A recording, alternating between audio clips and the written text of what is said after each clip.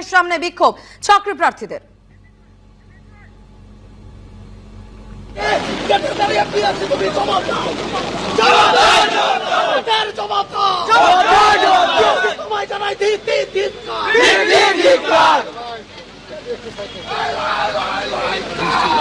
কি কারণে এই বিক্ষোভ, এই প্রতিবাদ কর্মসূচি, বিস্তারিত জানাবেন আমাদের প্রতিনিধি সন্দীপ সরকার আমাদের সঙ্গে রয়েছেন। সন্দীপ, দেখো এই মুহূর্তে আমরা দেখতে পাচ্ছি যে পিএসসির যে সদর দপ্তর রয়েছে সেই পিএসসি সদর দপ্তরের বাইরে চাকরি প্রার্থীরা তারা বিক্ষোভে সামিল হয়েছেন এবং তারা ভেতরে ঢোকার চেষ্টা করছেন এবং পিএসসি দপ্তরের নিরাপত্তা রক্ষীরা সেই গেট আগলাচ্ছেন। বিশাল পুলিশ বাহিনী মোতায়েন করা হয়েছে। এই যে চাকরি প্রার্থীরা আজকের এই বিক্ষোভে সামিল হয়েছেন এরা হচ্ছে মূলত ফুড ডিপার্টমেন্টের সাব ইন্সপেক্টর পদে নিয়োগের প্রক্রিয়া হয়েছিল মার্চ মাসের 16 তারিখ এবং 17 তারিখ। 16 এবং 17 তারিখ সেই নিয়োগের প্রক্রিয়া 6টি শিফটে পরীক্ষা হয়েছিল।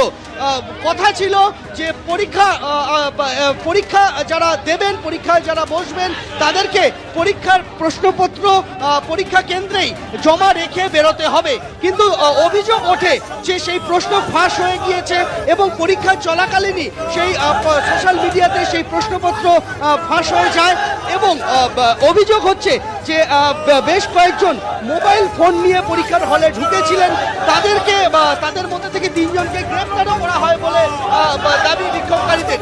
এবং সেই নিয়োগে দুর্নীতি হয়েছে, নতুন করে পরীক্ষা নিতে হবে ফুড সাব ইন্সপেক্টর পদে, সেই দাবিতেই কিন্তু এই বিক্ষোভ চলছে। যারা এখানে রয়েছেন বিক্ষোভকারীদের সাথে কথা বলবো। আজকের এই বিক্ষোভের কারণ কি? 2019 গত 16 এবং 17 তারিখ পিএসসির ফুডের পরীক্ষা ছিল।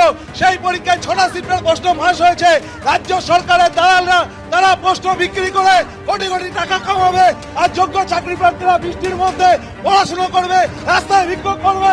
এ চলবে না, আমাদের লড়াই চলছে।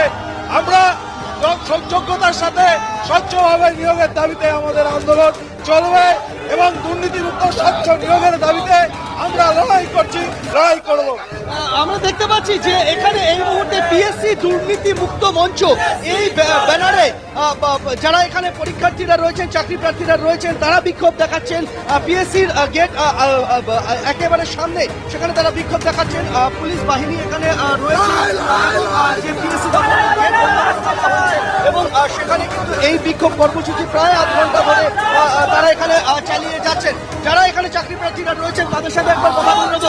আপনাদের দাবিটা কি? নতুন করে পরীক্ষা নিতে হবে, যারা প্রশ্ন ফাঁস করেছে তাদের গ্রেফতার করতে হবে। এই অপদার্থ পিএসসি কর্তৃপক্ষকে জবাবদিহি করতে হবে। আমাদের হকের চাকরি কত লাখ টাকায় বিক্রি করেছে এর জবাব দিতে হবে। আর কতদিন এই রাজ্যের যুবক যুবতীরা চাকরির জন্য রাস্তায় রাস্তায় গেটের সামনে ধর্ণা দেবে?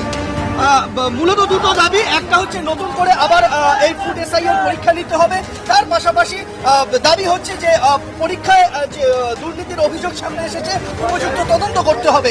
এই দুই দাবিতে কিন্তু এই বিক্ষোভ চলছে। একদম স্বচ্ছ নিয়োগের দাবি এবং নতুন করে পরীক্ষার দাবিতে এই মুহূর্তে পিএসসি ভবনের সামনে চাকরি প্রার্থীদের বিক্ষোভ। ধন্যবাদ সন্দীপ।